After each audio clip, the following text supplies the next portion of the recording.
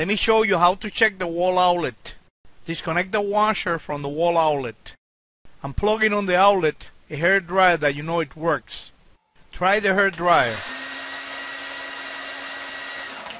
If the hair dryer works, the problem has to be in the washer. If the hair dryer doesn't work, the problem could be a blown fuse, a tripped circuit breaker, or a bad wall outlet. Let me show you how to check the wall outlet with a multimeter. Set your multimeter to read higher than 120 AC volts. Take a reading on the outlet like this. The reading has to be between 100 and 120 AC volts. If the reading is below 100 AC volts, there is a problem with the outlet. Correct the problem with the outlet, then try the washer to see if it works.